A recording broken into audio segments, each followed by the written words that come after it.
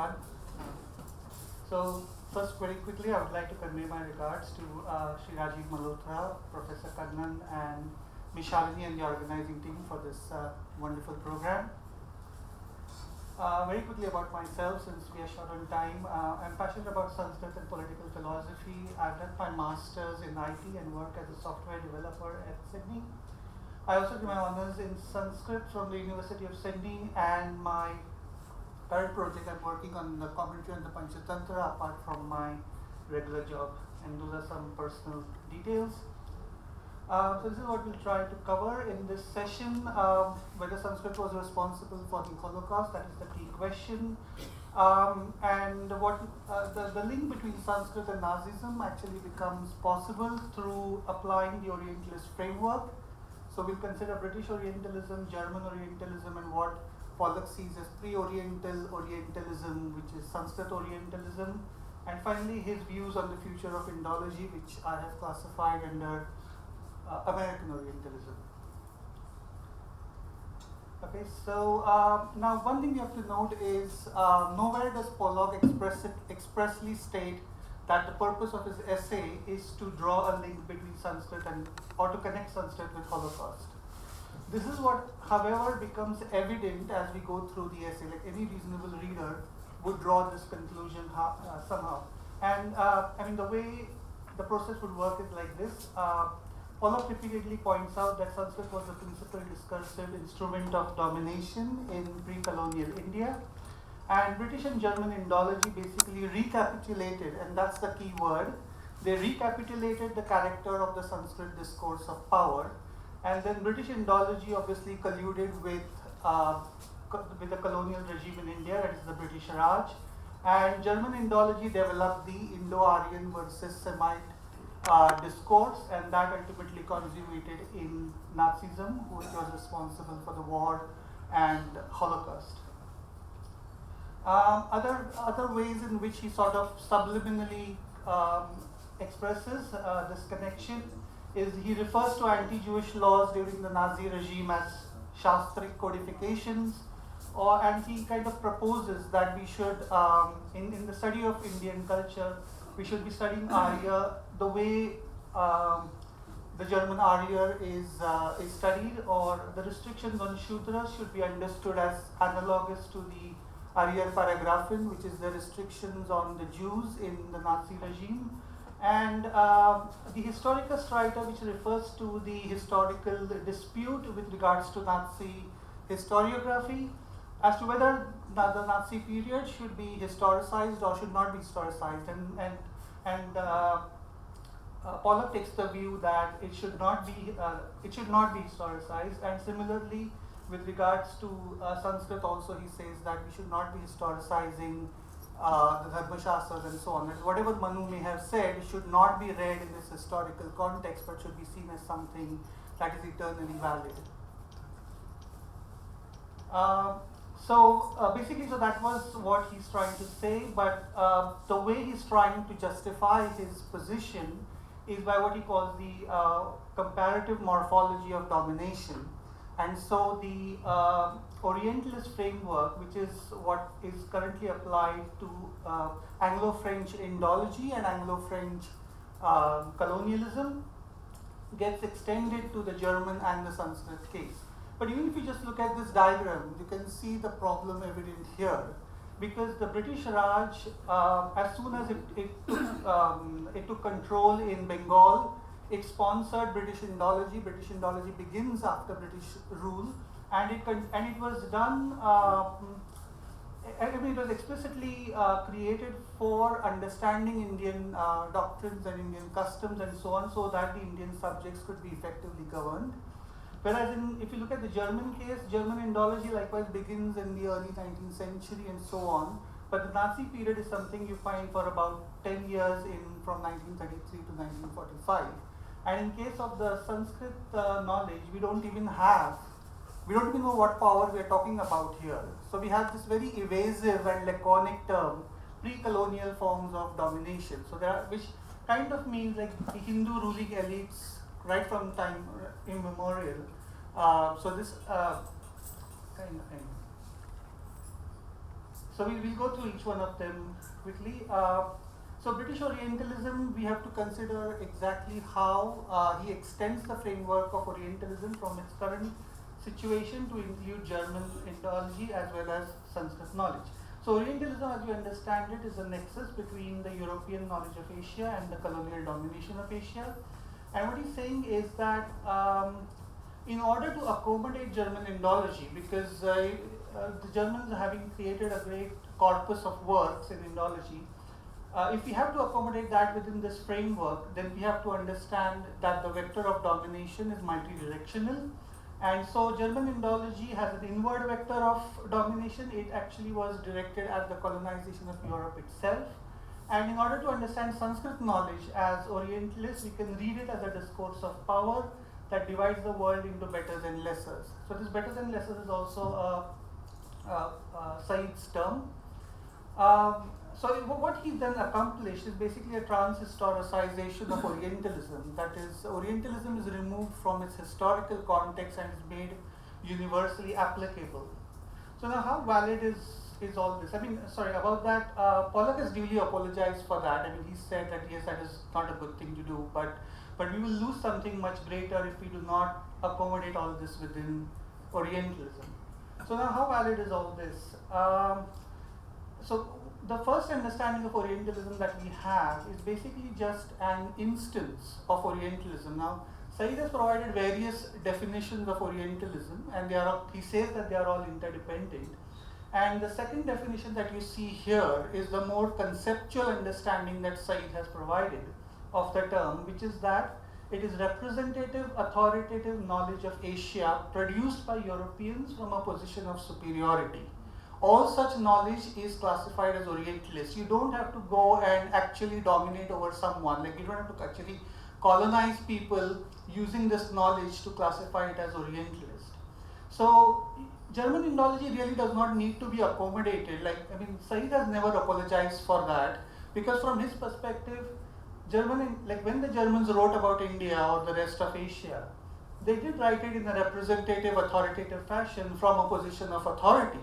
So from his model, it is already Orientalist. You don't have to make this special change in order to accommodate it. And similarly with the term betters and lessers, that is basically applied to post-colonial societies, where the colonial discourse still prevails even after independence, and westernized elites think of themselves as better to the native population. So that's what he means by betters and lessers. So we can see here a manipulation of the Orientalism concept of Said in order to involve Sanskrit knowledge as Orientalist. But having said that, there are a couple of problems, I think, with the concept of Orientalism itself that we need to consider, which is that, is it a problem of epistemology or is it a problem of power? And both Said and Pollock see it as a problem of power. But I think it would be more advisable for us to see it as a problem of epistemology. That is, knowledge produced by Europe about Asia or India is Orientalist because they are using Eurocentric, Christocentric frameworks to study India. And if we see it that way, then we can see that even after independence, Orientalism still continues, because the same, different frameworks, but still European, are used for the study of Indian texts. And the other thing is, I don't think we should get too carried away with Said's Orientalism, because I frankly think that this book was the outcome of his Palestinian activism, and about how the Americans were representing Arabs and the Palestinians in the media, and about their support for Israel and so on. So, I don't think, Orientalism is like a double-edged sword in that sense, and we'll move to German Orientalism. Now, as we said, German Orientalism is basically a collusion between German Indology and Nazi regime. That is how he's presented it. Now, there are various ways to dispute this collaboration that Pollock has proposed. So, first of all, I think Grundal has written an excellent article disputing the logic and all the facts that Pollock has presented. We may then say that, we are not really interested in this collaboration. What we want to know is if the racism in German Indology comes from Sanskrit or not. And even that has been disputed by Thomas Trautmann and Edwin Bryant, who have shown quite well how racism was actually read into the text by Max Mueller and so on, rather than the other way around. So because all this work has been done, I've just given a reference to that, and I've adopted basically a different tactic, which is to show that both German Indology and Nazi regime need to be considered in their respective contexts, because the context is removed and only these two strands are put in isolation. That's why it seems like as if these two things are sort of influencing each other. But I think if you see the overall context, we can see that it's a much complicated picture. So we'll look at both these points here. So first of all, racial anti-Semitism. Anti-Semitism in Europe, anti-Semitism in Europe begins right from the pagan times, because of the Jewish unwillingness to accept the Roman god, Roman emperor as the god, and participate in the cults of the city. It moves on to Christian Christian anti-Semitism because of the killing of God and so on. But what we are interested in is the Enlightenment racism, which begins with Voltaire and so on, who extended their hatred for the church to Judaism and saw that it is the Indian Brahmins who created the true knowledge, and this was then plagiarized by the Jews and so on. So this whole juxtaposing the Jew against the Indian and so on is something that starts actually with Enlightenment. And then we have these two Frenchmen, Ernst Renan, who Aryanized Jesus. We have Gobineau, who contributed to the development of the race theory, which then spread to Germany, where it was taken up by Richard Wagner and Chamberlain. Then we have ideas of social Darwinism spreading in the 19th century as well. I think it's Ernest Haeckel, who is one of the chief German thinkers on social Darwinism. And then you have to also consider the cost of Jewish emancipation, which happened from the 18th century onwards. Now, what Jewish emancipation means is that initially during the Christian period, these people were kept isolated, they were outside, so they were like the outsiders. But then with Enlightenment, it was the idea was to get them inside society, to make them part of the mainstream. However, Jews were accepted, but not their doctrines and their customs, which were seen as backward. And what happens is that the Jews did not want to give, they were happy to participate in the mainstream, they did quite well, but they were not willing to give up their Jewish identity, their Jewish culture, and so on. And as a consequence, from object outsiders, they became abject insiders. Like when you have something on the when you have some people on the outside, they can be tolerated. But when these people are brought into the inside, and then they become, and then you're not happy with them, or then if there is despise towards them, then it eventually leads to their extermination. And the other point I want to make is that besides the Indo-Aryan, or the Indo-Aryan versus Semite discourse is actually part of the much greater Nordic versus Semite discourse, and that's what the fundamental form it takes. So this is basically the context in which German Indology is coming about, and these are like the various influences that can be had on it, apart from the Sanskrit text that they were studying, none of which is considered by Pollock, as a result of which it appears as if, these people, since these factors are not considered, we say that, then in that case it must be from the Sanskrit text that they must have got their racism. Similarly with Nazism, again we have to consider the problem of historical stride, which is, as I said, it's actually a debate between functionalists and intentionalists. That is, the intentionalists proposed that it is Nazi ideology that was responsible for the war and genocide, whereas the functionalists claim that that is not the case, and we have to study Nazi regime in its historical context. So relate the war and genocide to other such things that were happening, like the Soviet Kulak genocide, the Armenian genocide. And then there is the idea of cumulative radicalism, which says that Hitler was like a weak and lazy dictator.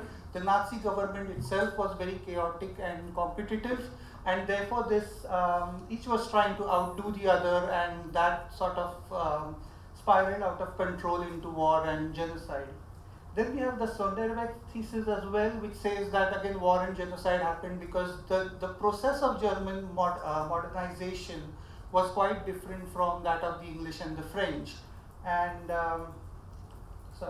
As I said, as I said, German colonialism. Germany had, its colonialism is not that big as English and French, but they had some colonies in Africa, and we had the Herero and the Nama genocides taking place in 1904-07, and this also can be seen as influential for the Nazi war and genocide. So this is basically what I think it's Fitzpatrick who has, it's from his paper that I've derived this knowledge. What he suggested is that what colonialism, in a colonialism, you basically get a hierarchical racism, which is that the rulers think of themselves as superior to the ruled because of the race to which they belong. But then you get the problem of the mixed blood, and then it's not clear as to where does this person belong, and it sort of ends up bridging this gulf between the two, and therefore hierarchical racism leads to biological racism as well, which is to say that these are inherited traits, and therefore there should not be a commingling between the ruler and the ruled and so on. And this kind of attitudes were then exported back to Europe in England, France, as well as Germany and everywhere.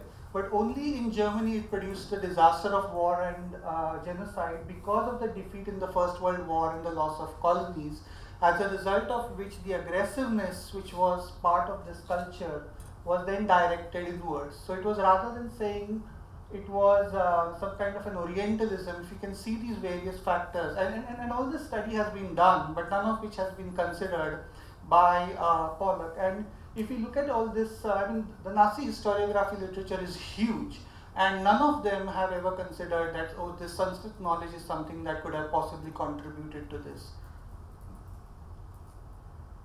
We can move to Sanskrit Orientalism quickly. So here basically Pollock has a problem with the post-colonialists, because the post-colonial view is that Sanskrit texts, that is basically the Dharma Shastras, received a new life, lease and legitimacy under colonial rule and became hegemonic. They were not hegemonic before. Prior to this, there was Dharma Shastras, but along with that, during the interpretation of law, one had to also take into account customs. There was the royal prerogative and royal discretion and so on.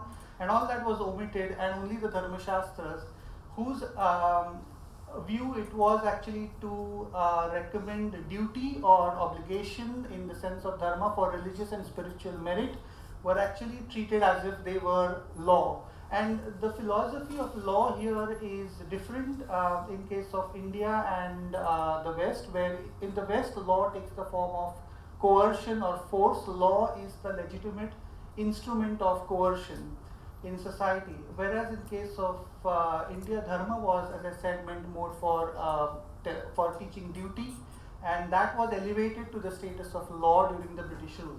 Now, Pollock's problem is that he says, well, look, this kind of new life, lease and legitimacy also happened during the time of the Dharma Nibandhas, and the Dharma Nibandhas, he says, were composed from the 12th century onwards in the response to the Muslim, or he doesn't say Muslim, of course, he says Turkish invasions or Central Asian invasions.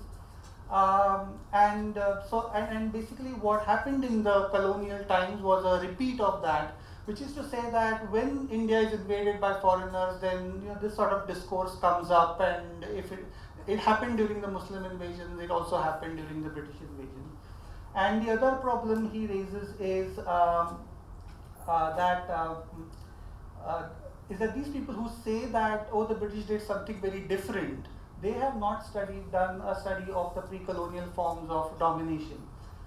With regards to the former, as I said, we can say that the Dharma Nibandhas come under the general Bhashya and Nibandha genre, Bhashya and Nibandha genre, which was started in the 9th century, so it was not in response to the Turkish invasion. And as far as pre-colonial forms of domination, he's given the example from Latamani, but I will not go into that because I think we are running short of time. But anyway, the main thing I want to say is that the issue to consider here is how the British invasions basically transformed our understanding of law, and this misinterpretation actually gave birth to the so-called Anglo-Indian law which we have today. Finally, American Orientalism, I'll leave that. I'll just pick on some of the important points. So, so basically in the last section of his paper, Pollock has basically mentioned some of the problems currently in Indology and his solutions to them.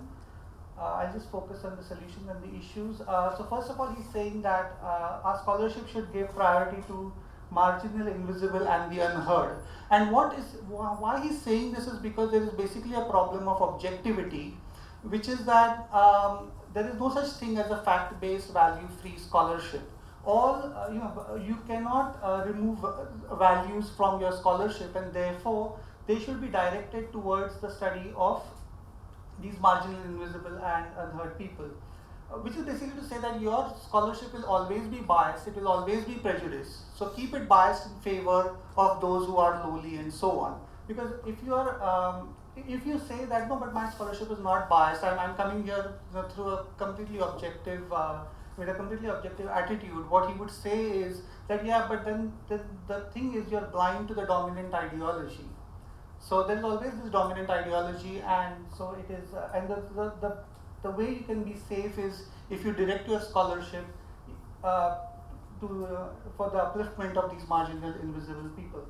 Now, basically, that is I read it as a license for ideological scholarship. Then you can just justify, scholarship in any way. You don't have to basically use facts and logic to prove your point, because you're saying, oh, it's a morally sensitive scholarship, so it works. And then the other problem is that he is going to read these marginal voices from ancient texts. But where are these voices to be found? He also says that all these voices have been completely screened out by the dominant culture. So basically this whole strategy will take the form of denigrating the classical culture, which apparently has screened out these voices. And then the other thing is that contemporary liberal voices would then be read back into what? So you would say, well, this is what Sita says in the Ramayana, but in my reading Sita says that and Shurpankhah says that, and that should be qualified as scholarship because it is morally sensitive. So the other problem I would like to raise is the last one, the problem of historicization. Should we historicize or should we not historicize is itself an issue. But what I would like to point out is the politics of historicization, which is to say that some things are historicized, other things are not. So for example, if it comes to Islamic rule, we will say yes, we will historicize it, we will see it in its historical context. When it comes to Brahminical oppression of Shudras in ancient times, we will not historicize that. So apart from the historicization problem, there is this politics of what should and should not be historicized is also there. Okay, since if you have this time, I'll just take one more point, the avoiding third worldism, which is basically saying that the traditions are also empires of oppression in their own right. And so the problem, and this view I think encourages Western interventionism because he's suggesting that through the production of atrocity literature and so on, if there is sufficient ground that we see oppression happening, then we should be intervening here.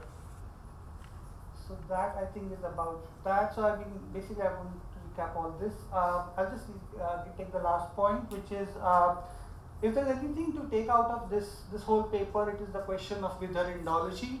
And he has, he's looking at the problems from the Western perspective, but I think it encourages us to look at it from the Indian perspective and to see, considering our position today in a global milieu. I mean, we are a westernized people, whether we like it or not. We're living in according to the we're living in political arrangements derived from Western theory and so on, whereas all the knowledge that we are talking about was created in a radically different milieu.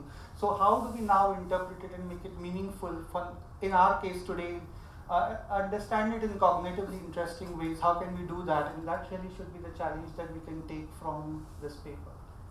And that's it.